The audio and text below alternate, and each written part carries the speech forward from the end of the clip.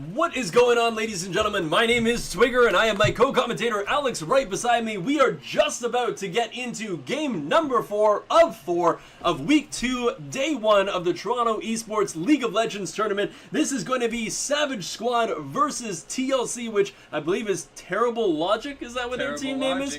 So, fantastic team name on that one. Looks like we've got the Revive team versus the Earth team with the random graves, though. Yeah, that guy's going to be a Deadeye. Yep, kind of taking away that whole team synergy on that one, but definitely looking forward to this game. He's got it now. There we go. So we're in Champ Select. Yeah, I'm expecting to see a lot of the same bands here. So the Malphite came out, a lot of jungle bands we saw earlier, and some top lane bands. And the Kog'Maw. We're never going to see a Kog'Maw every single game. Just about to say the Kog'Maw's been banned every game, so I probably won't see that. Lee Sin also getting banned out. Could be a bit of a target ban there, knowing that there's a Lee Sin main on the enemy team. Oh, so some research has been done. Yep. Or it was just pure luck. Pure luck. Pure luck. Is one of them a Teemo main? Oh, the Sejuani ban. Whoa. So, see, like, that to me has to be a target ban. It has to be. They must have done their research. Like, Season 2, 380 Sejuani games, you know? Like, you don't just ban out Sejuani on a whim. Why not 420 Sejuani games? 420? Might as well make it 420 for the dank memes. Looks like the LeBlanc being banned out fairly quickly as well. I will always agree with the LeBlanc ban. If you know how to play LeBlanc, scared of the last game. Yep, that was a terrifying LeBlanc and an Ezreal ban. So what I like seeing about this is that even if it is targeted, there are so many top tier picks that are currently available for this game. There's still a lot of options. We've seen on some other patches where a lot of the power picks get banned out and then you're just on equal playing field, but that is not the case on this patch. There are so many top tier champs, as you said, that's still a lot of variability. Come on, don't do it. Don't play with our hearts. And actually, not. Are we going to see the Teemo, the greatest champ, the toppest of all the tiers? This music is perfect for the Teemo Select right now. I don't know if the music is even supposed to be on, but oh, there we go. Say it was. But it was beautiful. Yeah. Was beautiful for the Teemo. Leaving that Teemo up for a long time. Oh, there we go. So he just How many more Teemos do you think we'll see hovered here? I'm gonna say at least one more. I'm gonna go for one more. Okay, so some of the same picks coming out here: Poppy and Nautilus. Nautilus probably going to be in the top lane, going for that split push build. But there's a chance that he goes for support. Oh, there's the one more. There's one more. We did call it. Everyone's liking the Teemo hovers tonight. But I would love to see a Pantheon. Pantheon has been played a lot in the LCS this week especially. Very strong top lane pick. A lot of mobility with his ultimate, but also able to dish out a lot of AoE damage with that Heartseeker strike. And I hate when we go into details about a champion and then they don't even get picked. Yeah, you know, I gotta stop doing that every time. There's like 40 seconds left and I start talking about it, but we need to provide the information. This is our job. I know. We want to talk about Amumu and Orianna. This Wombo combo right here. Who knows? Curse of the Sad Mummy and the Command Shockwave is a very effective combo if you can set that one up. A lot of AoE damage. But it is all magic damage, so we are likely to see an early Aegis, and they'll try and play around that by not grouping up so much in the fights. Are you an Aegis guy, not an Aegis guy? I've heard it both ways. I think it's the whole tomato. I usually just switch it up because I'm never sure. Even Ginsu's, Gwinsu's, I switch it up. Zezirot, Zerat. Yeah. I just go either way. You know, I gotta please the fans of both sides. We're going to have a division in the stream here, folks. Yeah, if you prefer one or the other, just listen to me, and I will just switch it up willy-nilly. You're never going to know which one I'm going to say. The exciting part of the stream is you don't know what we're going to say. Oh, yeah. But it looks like, as Alex was just saying here on the blue team, we'll talk about the lock-ins right now. The Amumu, a great vessel for the Orianna Ball to bring a Shockwave into the team. And once he casts his ultimate, it's locking everybody in place for Orianna to place a flawless Shockwave, which is arguably two of the biggest game-changing ultimates in teamfights in the later portion of the game. Yeah, late-game Orianna Shockwave and Dissonance combo is just a crazy amount of damage that can actually solo almost entire teams. And and we are gonna get to see the Jin this game. We're gonna see a Jin this game. So as we were saying before, guys, these two teams we figured were gonna be entertaining, and we're getting the picks that we wanted to see. But I love the the Jin Jin. lock-in.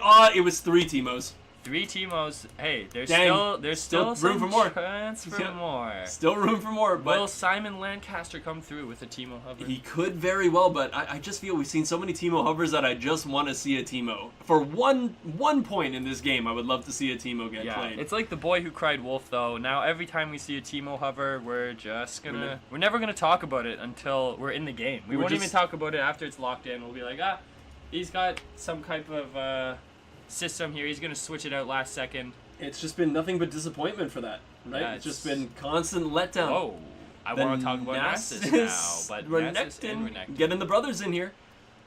Oh, but it looks like possibly the Fiora gonna get locked in? That could very well be the case. Oh, okay, so there we go. Vayne and Wukong being taken down on that one. Great pickups all in all. We're once again just setting up this entire wombo combo of a team. The Amumu getting in there with his ultimate, setting up for the Orianna ultimate, setting up for the Wukong ultimate. And while all this is going on, everybody's going to be locked down for so long that Vayne just gets to do her pod shot damage on every individual target known to man. Yeah, it's going to be pretty tough. The other thing that we are gonna have to watch out for is a Thresh hook lantern combo, because that is very effective for either Wukong or Amumu to get very deep into the team and set up their ultimate. So if either one of those can go off first, then you can stack all the rest of the ultimates, and it is a long time if you can properly overlap. So the one thing that we do have to point out here just before we go into the delay mode is that the Jin is being paired with the Leona in the bot lane, which is so important because Jin, as strong as he is and the amount of damage he can pop out, if he doesn't have his flash or his heal available, he is very easy to be abused during ganks. He has no escapes. He's very slow. So having a strong CC champion like Leona should definitely help the Jin escape if a gank happens to happen that bursts his heal and bursts his flash, and he'll have some ability to get away. But we're going to be jumping into a quick delay here, so we're going to just delay for the 3 minutes. So everybody, thank you once again for tuning in. We're just about to get into the Savage Squad versus TLC game, the last game of the evening of the Toronto Esports League of Legends tournament. Go and grab yourself a drink, grab yourself some food. God knows what you guys need, but bring it back to the stream because we're going to be back in 3 minutes. Enjoy the music. We will see you guys during the champion loading screens to talk about Keystone Masteries.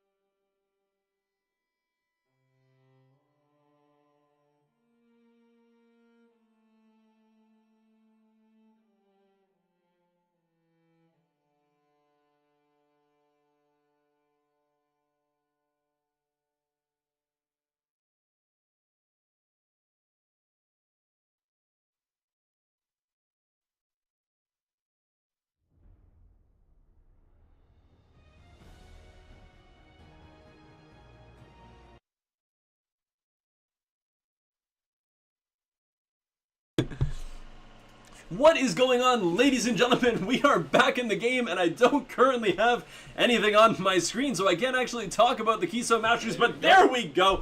So guys, up in the top lane, we have a Wukong running that Grasp of the Undying, and of course Poppy running the Grasp of the Undying as well. In the jungle, we have a Mumu going with the Thunderlord's Decree, and in the Nautilus going with the Death... Mumu, most likely. And the Nautilus with the Deathfire touch, which is very interesting. I haven't seen that in a while. Orianna and Ahri, of course, going with the Thunderlord's Decree. It looks like the Bloodlord's...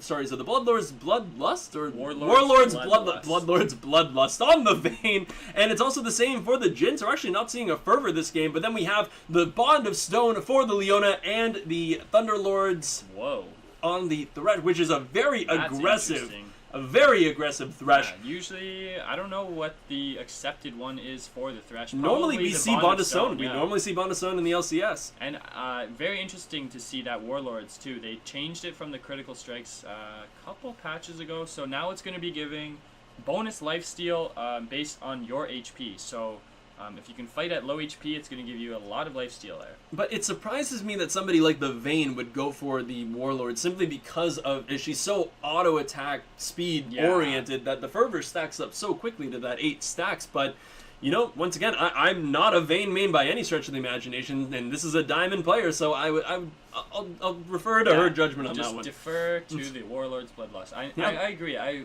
probably would almost always see the Fervor. I'm not even too sure how effective that Warlords is at low HP. It's about 20% bonus lifesteal, but that doesn't add up to too much actually on your actual hits.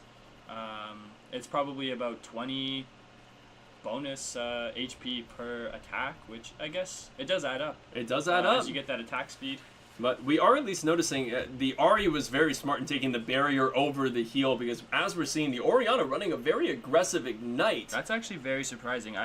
You almost always see an offensive summoner or a teleport from Ahri.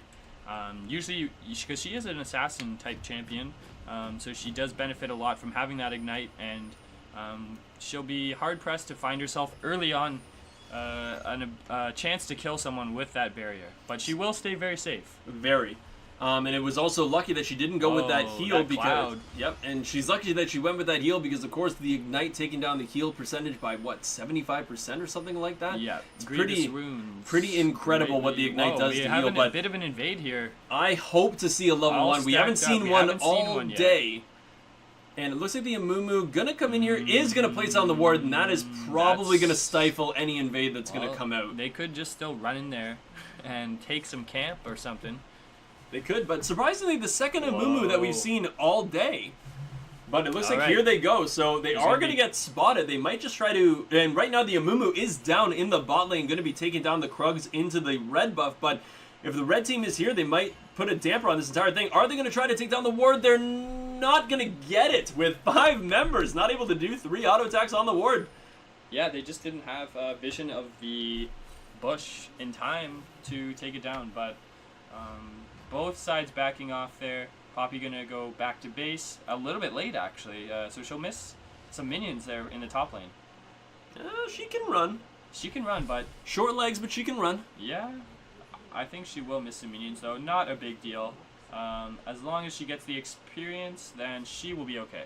But it looks like the red team starting off with that Gromp, fairly standard start for most teams, just doing that Gromp into the blue buff, but it means that we're not going to see any type of a strong, fast level 2 for either team, which both of these teams, the Thresh and the Leona, are incredibly strong level 2 champions.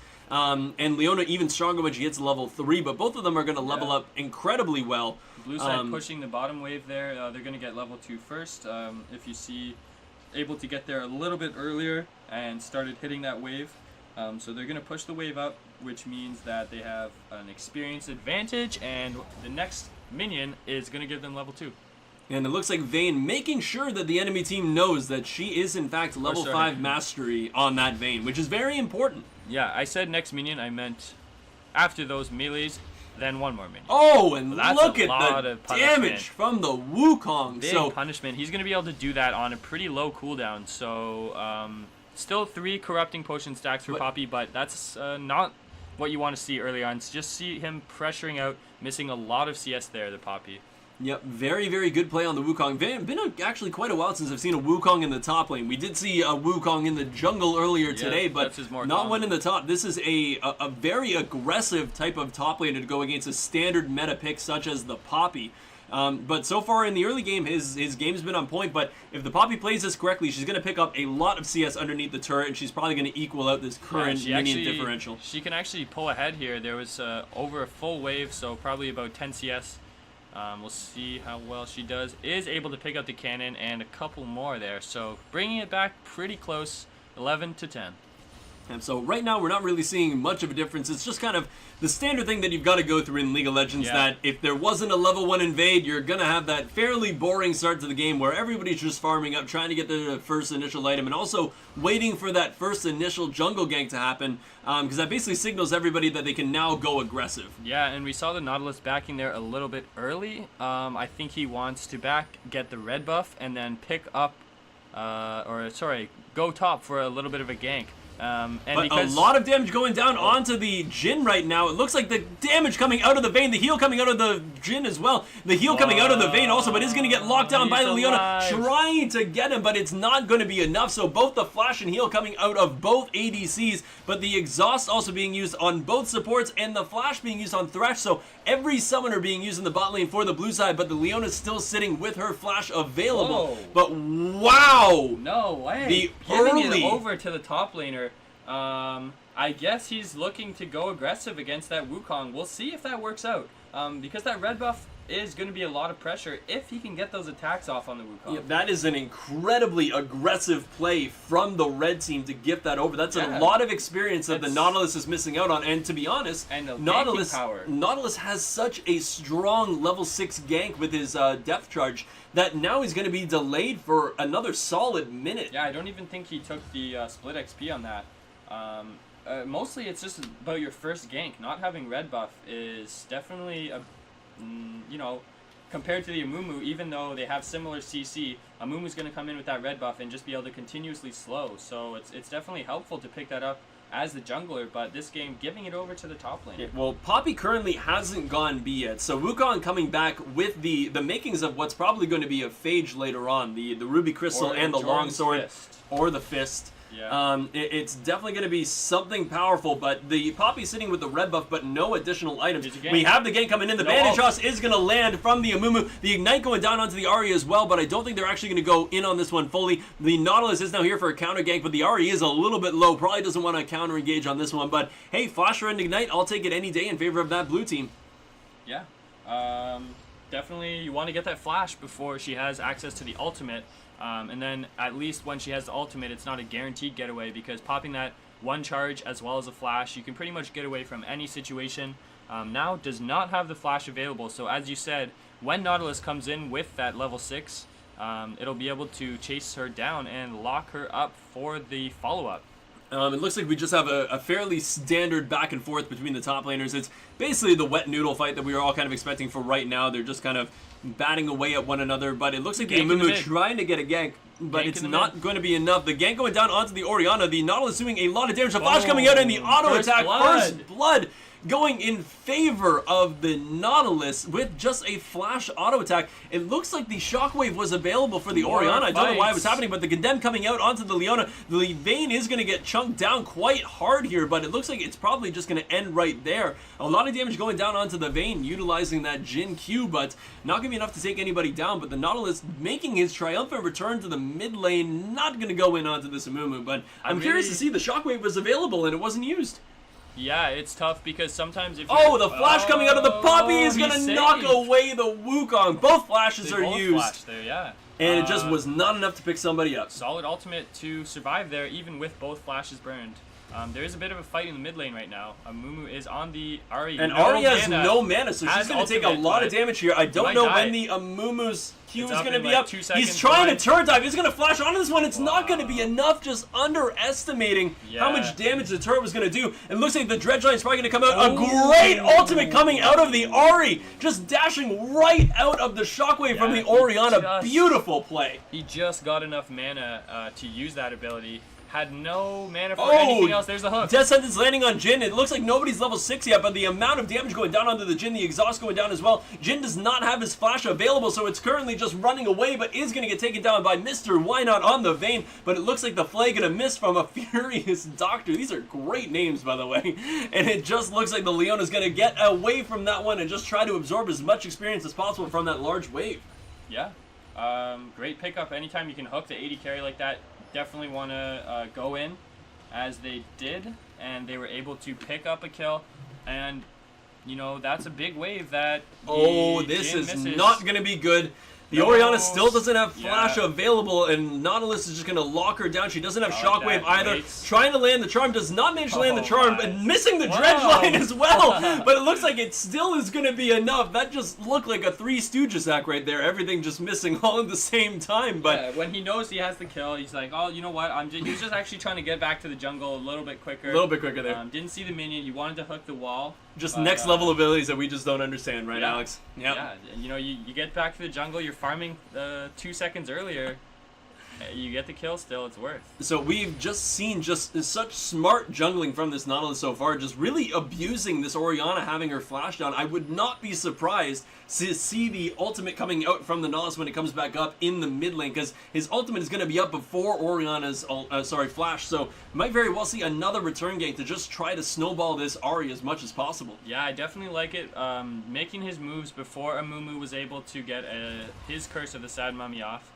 It is available now, and he's making his way down bottom. He doesn't have flash. Whoa, but here comes the ultimate damage coming out from the Wukong. The Poppy's going to charge up her ultimate, and it's just going to knock the Wukong away. I feel like we're going to see this every damn time. I feel like Poppy just knows his limits really well. Every time he gets to around 20, 50 HP, he's like, well, I've had enough now. About done with this. I'm going to send you back. Yeah, well, but it looks like there's a turret dive going on. The Wukong going up top, but he did take some damage there. But Poppy is going to be able to go back. And Wukong's incredibly low on mana, so any type of a dive here is going to be very, very risky. Probably important for the Wukong just to try to bait out the Poppy teleport, because she's going to miss quite a few of these minions if she doesn't TP back up. But then the TP advantage is going to be in favor of the Wukong, and you could possibly push for an early dragon. But it looks like the Poppy's just going to walk. To miss the CS. Gold and experience miss, so good move by Wukong. Definitely the right choice to push that into the tower. No vision currently on the Amumu sitting here, but the Spirit Rush is available for the Ahri, so it would have to be a lot of lockdown. But here it comes, the Amumu is going to land the Bandage Toss. Curse of the Sad Mummy going down as well. The ultimate coming down, locking down the Ahri for a long period of time, but the barrier going to keep her alive, even being aggressive enough to come in and try to land another Q. But bringing her down to a quarter HP, but that was 2 major ultimate cooldowns. Just for the Ahri's 1 ultimate charge. Yeah, that's why I said earlier. Jin getting grabbed by the Thresh once again. It looks like the box is going to manage to land on the Jin. The Leona not able to actually get the CC down onto the Vayne. It looks like she's going to have to try to flash away from this one. The Vayne is going to try to get in, but the slows coming down from the Jin traps are going to be enough to stop the Vayne from collapsing in on the Leona. But sadly, the Jin is just eating traps like nobody's business, and they don't even have cupcakes on them. No, I've never actually played Jin, but that was pretty eye-opening. Just putting those traps behind it pretty much stops any follow-up because of the slow and the area of effect that you have to be aware of. It does do a decent chunk of damage, so I'm not opting to chase that one down and go for that Leona there, but still picking up the 1 kill in the bottom. And it's, once again, I feel like we've said this a bunch of times, is that we have a Vayne in the game who's starting to get ahead. Yeah, we've had it. So the teleport coming down from the Poppy, which seems, you know, they are going to get the dragon. They're going to get a dragon for it, but yeah, definitely thinking that they were going to go more aggressive on the blue side, but you want to get something for that teleport, so they're just going to go for the dragon, but they're going to trade the Rift Herald for it. Opposite side map move, taking down the Rift. He's pretty low actually, but so they'll probably be able to get that safely. But it does do a good amount of damage. Yeah. The smite is, yeah, there goes the smite. So there it's going to be easy, and it's probably going to go over to the Wukong to try to push that advantage. But I'm going to be very curious because the last Amumu that we saw actually built the runic echoes for his jungle item rather than something Cinderhulk. So looks like it's going to be more of a Cinderhulk build, but we'll definitely be curious because it's going to be matching up. It is a Cinderhulk, so going to match the Cinderhulk of the Nautilus. Nice. But a great stun landing from the Leona, and also a 3-man shockwave, but sadly just not enough damage to clean anybody up. But missing the charm, but managing to get that snare from the Jin W. But then the solar flare coming from the ultimate of Leona, and that's just going to be enough lockdown to take down the Orianna. Yeah, a lot of abilities used, but they had a big numbers advantage, so it was the right choice to use her ultimate to go in the Spirit Rush. And yeah, even though they missed the charm, got a nice easy kill there. Yep, and we're just sitting at about a 400 to 500 gold lead in favor of the blue team. 2 kills to 4 in favor of the red team. But the one thing that I feel like I've been saying a lot of times, so right now the Orianna being shut down a little bit by this Ahri who's 2-0-2 with the Nautilus who's 1-0-1. But you got to look at the Vayne, who's at 102 CS to Jin's 62, and Vayne has 2 kills. This is the exact Vayne that you don't want to be playing against, because if they can protect this Vayne, it doesn't really matter how strong the Ahri gets, because if the Ahri can't deal with the Vayne, she's going to just take out their 1 damage dealer, and they're just going to go to clean up the rest of the team. So the issue is going to be, is Ahri going to be able to land a charm on the Vayne after Nautilus uses his death charge on the Vayne? Yeah. That's going to be the goal. And it is tough to hit the Ahri it's tough to hit the Vayne as the Ahri, who has so many skill shots with her Q and her charm. But if the charm does hit, we'll see if they can pile on the CC and clean up that Vayne, because that's going to be how they're going to win these fights. Vayne is farming up a storm here. She's going to be getting quite strong. It looks like Nautilus is kind of trying to use Jin as a solid piece of live bait right now. Oh, yeah. Trying to definitely catch a larger fish in the pond, but he definitely wants Thresh to hook the Jin in, and then they can use the solar flare from Leona. Nautilus can jump in, and they're trying to get a shutdown onto this Vayne, it seems, but Nice. It looks like here goes the engagement. The last hour is used by Vayne, trying to get away from this one. A great hook. The box coming out as well. Vayne just trying to use her mechanics to get away, but is finally going to get knocked up to some from the Solar Slayer. But here comes the Wukong. Jin is just kind of standing in the back trying to pod shot with his ultimate, but is going to try to get away from this one. The curtain call not doing enough damage to take down anybody. The flash coming out of the Amumu, and that is going to be also, it seemed, the flash out of the Jin. No, it wasn't the flash out of the Jin. He just kind of appeared later on. But definitely a huge turn of events for the blue side. Just not enough CC to deal with the Vayne, and I mean, it was just too much. It was a good call to execute that and try and go for that Vayne, but the TPs were something they did not account for. A TP not available for Poppy. Wukong coming down with the TP, able to clean up that fight, and we saw Jin. He saw that TP coming, got a little bit afraid, so he wasn't able to do any damage to the Vayne when the Nautilus and the Leona were going in there.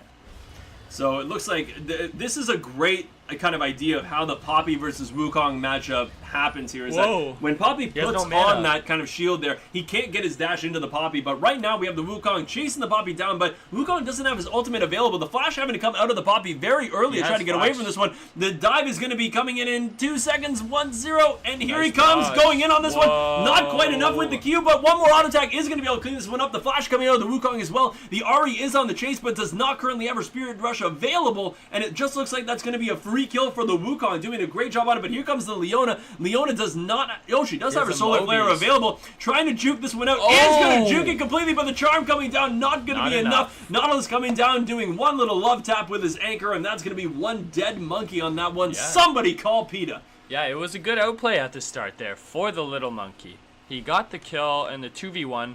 But you see the Mobies coming in from the Leona and the Nautilus as they're running in, using them again. Solar Flare is still available for the Leona. It looks like the Vayne is just going to try to do some damage to the Nautilus doing all this.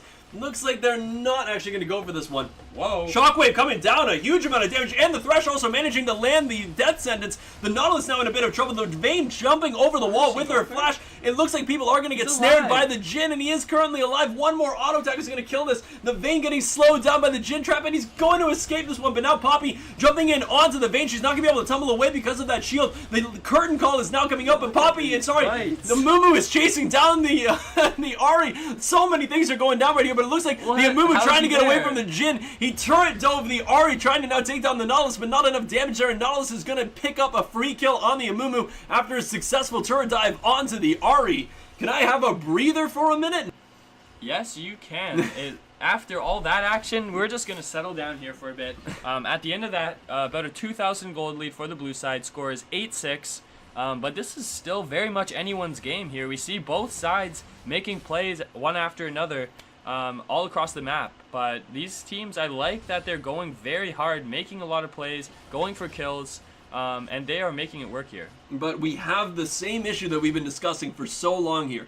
They have not managed to kill this Vayne, who's now 4-0-1, 144 CS over the 86 of Jin. Yeah, I think they're just kind of sticking their heads in the sand and hoping that the problem goes away. But it's a Vayne that's scaling up to the late game here. It's not going to go anywhere. Nope. They're trying to make plays around the map, but they really should be trying to make plays on that Vayne.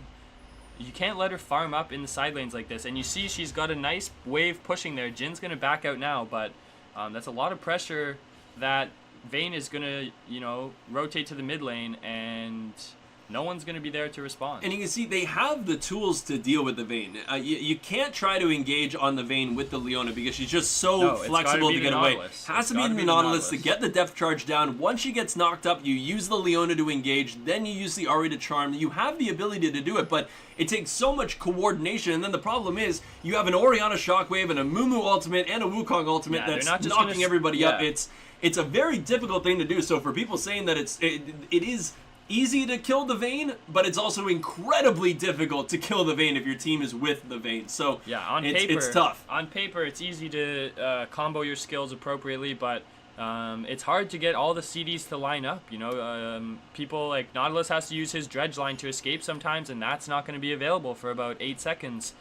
So you gotta communicate your CDs and make sure they're all up when you're gonna make a play on the Vayne like that. So just looking at a little bit of items here, it looks like we've already got the Black Cleaver completed for the Wukong, but it looks like the Poppy going for that Sheen, probably gonna be building that into a fairly early Iceborne Gauntlets to combo very nicely with her abilities. It looks like I'm really hoping that the Amumu with that Ruby Crystal and the Amplifying Tome turns that into a Haunting Guise to go into a Leandry's. That would be fantastic to watch. It stacks really well with his passive.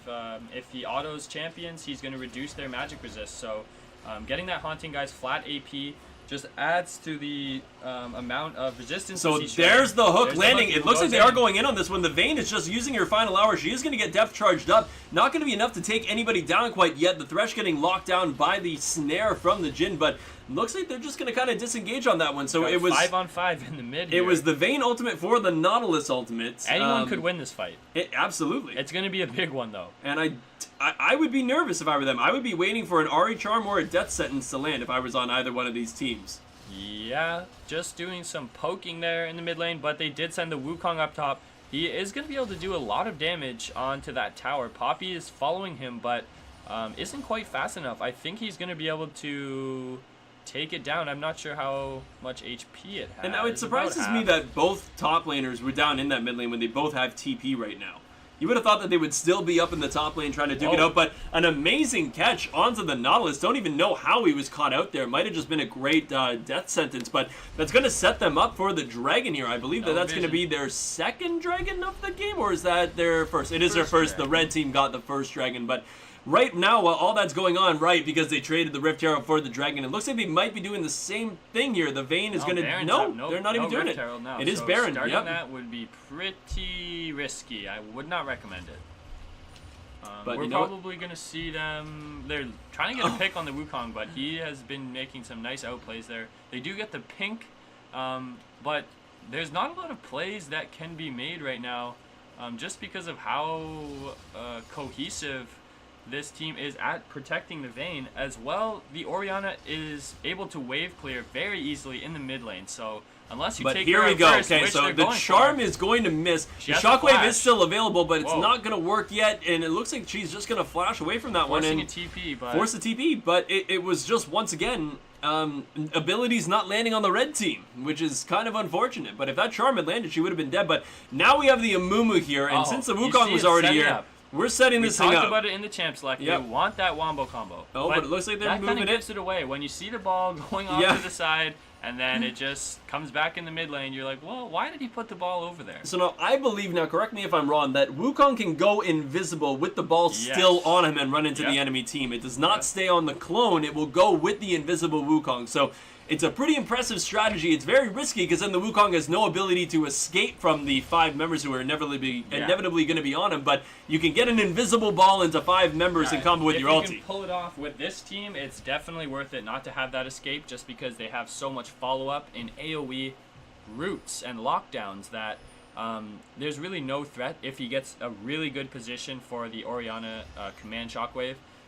It's not. They're gonna probably wipe out that team because they have the Curse of the Sad Mummy and the knockup from the Wukong ultimate, all gonna be dishing out that damage if they can initialize that combo with that ball. It is a pretty solid wombo combo, but while all this is going on, the Wukong pushing up the top lane, I would not be surprised to see the Poppy TP, but looks like, once again, not utilizing the TP. That's such a big wave that even if you do TP, it's probably going to go down anyway, so I'd rather just save it there. Wait for another chance to use it. But down bottom, Amumu is trying to fight the Jhin. He did flash. And Jhin is not that strong right now. Only really has the Infinity Edge, but no other items. And once again, if you had to ult for that one, but hey, ult for a kill, I would take that. I'll definitely take that. Yep. And it looks like we were correct. The Amumu did build that Haunting Guise and now has a Blasting Wand. So going for the definitely right away. So not as aggressive as an AP Amumu as we saw in the previous game, but it's still a tank AP Amumu nonetheless. Kind of half and half. Yeah, exactly. But I do like the Haunting Guise pickup. As he said, it scales with his passive there. Yeah, and he's going to be dishing out a lot of damage. We also saw the Thunderlords in the pregame there. So that's going to scale up with his AP. Going to dish out a lot of AoE damage with his Tantrum, Curse of the Sad Mummy, and Thunderlords. All AoE in a small area and right around him. And we're seeing a 70 CS lead in favor of that Vayne. That's substantial numbers of CS. That's getting pretty crazy. At this point, if I'm the blue side, I'm not really worrying about much. I'm just going to try and keep getting farm on that Vayne, trying to take down towers where I can. And it looks like that's what they're doing, but red side making a move for this mid tower. I don't think they're going to be able to get it because that Wukong being there, the Thresh is there to support, now you have the Vayne rotating in. It's just, there's not a lot you can do with 3 members of the blue team who are all pretty darn strong at this point of the game. We also have an over 30 CS lead in favor of the Wukong on the top, but looks like the Vayne actually finally getting caught out here a little bit, but the exhaust coming down onto the Ahri. The Jhin trying to pick that one up. The curtain call is coming down now. Is going to pick up the Vayne with the first shot of the curtain call. Very nicely done. The Leona is going to try to do some damage to this Wukong, but it's not going to be enough. He's going to just jump onto the Leona again. The grab is not going to land onto the Jhin, but it looks like the Nautilus getting his dredge line onto the Wukong underneath the turret. And it looks like it is going to be a safe Orianna, but Amumu now trying his luck. The Curse of the Sad Mummy is going to be up in just a couple seconds as we're seeing here, but the dredge line landing down onto the Thresh. It's going to get locked down by the Jhin W, and now the flash coming out, but the Orianna shockwave coming down is going to lock them down, and it looks like the Mumu is going to be there to clean people up with a triple kill in favor of the blue team. Yeah, I could see that Amumu, having second thoughts. He was going to walk back to his base, and he saw that shockwave hit, and he's like, you know what? I can pick up 2 kills here. I'm going to go back in. And it was definitely the right move from him. So that was definitely more of a curtain call for the red team. It's Jin's ultimate. Come on now. Come on. I told you I haven't played Jhin. I don't Lord almighty. Games. But there's the Curse of the Sad Mummy. The Ahri does not have her ultimate or her flash available, and that is just going to be one very clean kill. I guess not realizing the Amumu still has ultimate available. Yeah. It wasn't up for the last fight, so probably thought he had used it at some point, but yeah, definitely. That's the thing about building the AP Amumu with the Thunderlords. Whoever you do catch in the ultimate is going to take a lot of damage, and it's not too much of a deal for the rest of your team to follow up on that damage. Are we going to see a monster kill here? Oh my Amumu! This is... wow, just knowing how much you can take. Went down to 60 HP on that red buff, but... yeah, extremely low. He would have died. Luckily, his Tantrum blocks physical damage depending on its level.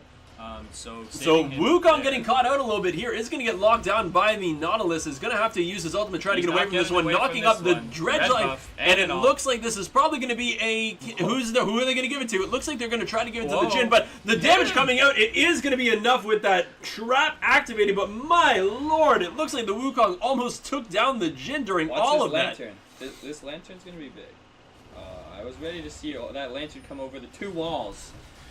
But it's looking like it's going to be a dragon in favor of the blue team. This will be the third? I believe that's their Second. It would probably be second dragon of the game. Yes, it will be. So the Condemn coming out onto the Poppy just to keep her away from this dragon in general. The Death Sentence is going to miss. So it looks like the blue team probably just going to be able to disengage from this one because right now the Amumu does not have his ultimate available, but does have enough damage with his bandage toss. The Shockwave coming down on from the Orianna as well, and that's going to be enough to take down 2 members. The Vayne picking up 1, and the Amumu now dominating. The Vayne now chasing down, but is going to get Dredgeline in, but is going to miss the W from the Jhin, and it looks like Curtain Call coming down as well, but it looks like the Nautilus is going to get taken down very quickly, and really the Curtain Call not doing much of anything. It was a very lackluster performance, just trying to keep on the opera theme here.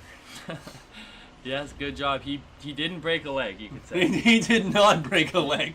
Yeah, so I think they've kind of realized that their Vayne is ready to fight. We saw them just all... And there's a rock. There's a rock. Our observer is a geologist here, folks. So it's just looking like they're using their advantage. Minerals, actually. They are minerals. They're utilizing their advantage just to try to take down as many turrets as possible. Definitely give themselves a bigger lead in terms of that gold. We have a lot of items completed on that blue side, and we're just seeing a kind of lackluster build so far. Like, when you just compare this Vayne to the Jhin has his Infinity Edge and his Rapid Fire Cannon, while the Vayne has a Phantom Dancer, Blade of the Ruined King, completed boots, and also a Quicksilver Sash in case she gets in trouble, even managing to build defensive just in case she gets locked down. But it looks like we have a big fight here. The Curse of the Sad Mummy going on to the Ahri and also the Poppy. The Wukong coming in. The Amumu is going to be the one cleaning up that Ahri, and it looks like the Poppy's just barely going to escape this one, but the Thresh is going to try to chase him down. But it looks like the Nautilus is going to be possibly taken down as well. It looks like the Wukong is going to take that one down. Well, all this is going on. The Orianna has been chasing like crazy, but I think that the Leona has either mobility boots or boots of swiftness, so you can't really get away. But, so it looks like the Jhin now coming in, trying to do some damage to this Vayne, but the Vayne is going to almost condemn him into the wall. The Amumu also going to miss his bandage toss, so looks like this is probably going to be the end of that fight, but the Vayne sitting at, what, 50 HP nearly on that one? Very, very close fight, but definitely in favor of the blue team. Whoa. And I don't even know how that happened, but just a very nice little combo there. The Orianna still has her ultimate available as well. Yeah, but we did talk about the late game power of the Orianna. She is reaching that more and more, so her combos are going to be dishing out a lot of damage. Jhin is looking very squishy, so even a QW would probably be about half the health of him from Orianna. I would say Jhin and Ahri, if you land a Shockwave W combo after the Q, they're probably both going to melt under that, and then you have to deal with everybody else who's currently incredibly strong on the blue team. But yeah, definitely a tough spot to be in for the red side. The red team basically at this point just needs to try to focus on getting picks. That's their They comp. have a lot of Nautilus, CC. Ahri, Charm, and Leona all really want to get picks. And even the Jhin from long range. It's such a nice combo with that Leona because you don't have to be close. You can hit that Jhin snare from a long way away and allow the rest of your team to follow up the CC. It's pretty solid.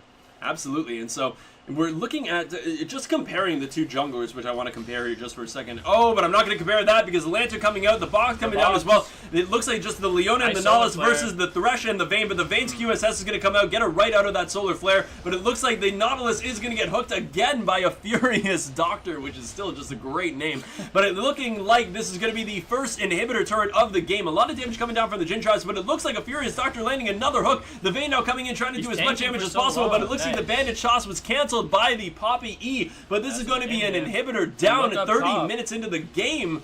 And it looks like Curtain Call coming down, not currently making any connections here, just trying to take down some minions it seems. But while all this is going on, the Wukong is up in the top lane, taking down the second tier turret in the top lane and pushing into an inhibitor. At a man disadvantage, they're taking these inhib towers. And Wukong is just allowed to push on his own. He's still going to be pushing that top lane, so they're going to send the Leona up there, but I don't know how much she's going to be doing against that Wukong. Looks like they have a large wave in this bot lane. Going to try to do something up here. The Amumu does have his Curse of the Sad Mummy available, so he could get a great lockdown here, but he's probably going to wait for that bandage toss to be available. The Orianna does not have her Shockwave available. No ultimates really other than the Wukong and the Amumu, but they could definitely make something happen if a solid bandage toss comes out. The Wukong is... He tried to dive the Leona, I think, and got taken out. He tried to jump in there, but just a little bit overzealous for the monkey speed, but looks like the Amumu is getting chased down here, still has his ultimate available, so this could just be a fantastic bait. The death sentence is going to land onto the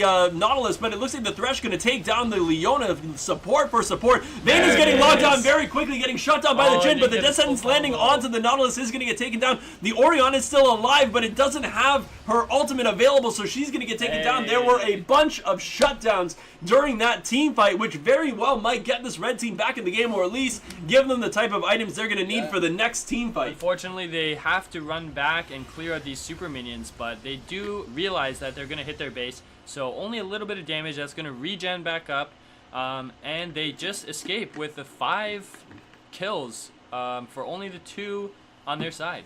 So very, very nice play, but it is still 25 to 14, and we have about a 12,000 gold lead in favor of the blue team. It's still a long, bumpy road for the red team, but it made it look possible. It gave them hope. It can be done. Yeah, it can be done. Although the Wukong dying at the start of that fight was definitely a big factor, and Amumu wasn't quite able to get his full combo off, just his ultimate, not able to tantrum there, and Thunderlords was down for that, but overall, very close fight. Red side able to win that one and get the ace. But we are seeing the Mercurial Scimitar did get finished by the Vayne, which is very important. Yeah, adds a lot of damage, movement speed, and also life the QSS and lifesteal as well. Yeah, but it's a really good item, third item. We see most AD carries getting that now. Just because if there's any CC on the other side where it's going to kill you, it doesn't hurt you to get that item third, because you still gain damage, and anytime you can stay alive for longer. I mean, you really have to do that. Yep. Oh, the final hour coming out of the Vayne, but she's going to get baited in. A great bait from Poppy, but the shockwave coming out from the Orion is going to lock everybody down. It looks like the Leona's just trying to lock down this Vayne, but the Nautilus is already dead. It looks like Gray Screen Maker just took him down so quickly. The Wukong in the back line here is going to take down the Ari, and it looks like the Poppy's the next person, but a nice E from the Poppy is going to make sure that the Wukong cannot get into her. But it looks like the base is currently available. This turret is going to go down very quickly, and this is going to be the second inhibitor of the game in favor of the blue team. Trap being activated by Jhin, but it's not going to do enough to actually take down 4 members of the enemy team. Vayne coming up with minions. This could very well be the end of the game. We have 20 seconds on the Leona and also the Nautilus, 33 seconds on the Ari. It looks like it's just the Jhin and the Poppy against 5 fed members of the blue team, and this could very well be game in favor of Savage Squad. I like that they tried to, get that bushwhack off there, but didn't have the damage with the team. They had the CC, but Ari wasn't there, so not able to pick it up, and it actually ended up being 3 kills for them. And is it going to be so there's a kill, but everybody's back up. They didn't focus the Nexus quickly enough. I don't know if they're actually going to be able to take this one down. Looks like the Wukong is going to have enough, so Savage Squad taking this game. Just a very, very powerful showing of the ADC and basically everybody on that team playing a fantastic game. But great work from TLC, terrible LogiC playing that game. They definitely did a good job in all lanes, even though they were playing from behind. But all in all, very, very good match and definitely fun to watch. Yeah, good one to watch. I like everyone being on their comfort picks, going hard there. But yeah, Savage Squad coming out ahead in the end. Yeah. Okay, so basically, guys, that was it. That was all 4 games that we played today. Definitely a great showing from all teams. That was sadly the last game that we have for tonight. It's already pretty late for us, so we're going to be signing off here. We're going to be back on Friday at 8 p.m. EST as well, so if you guys want to catch some more games, definitely tune in. If you guys want to know when we're streaming, definitely give Toronto Esports a follow on Twitch. You'll get a notification to your phone, which is remarkably convenient, and you get to watch all these games and the commentary all over again. We'll also be uploading all of these games to the Toronto Esports YouTube page, so definitely look them up. In addition, follow them on Facebook. You'll know any updates that you're going to see from the stream and also from any of the tournament updates that you guys want to know. For me, I've been Twigger commentating for you with my co-commentator Alex. Thank you guys so much for watching from all of us at Toronto Esports. Thanks so much, and we will see you guys all on Friday for some more League of Legends action.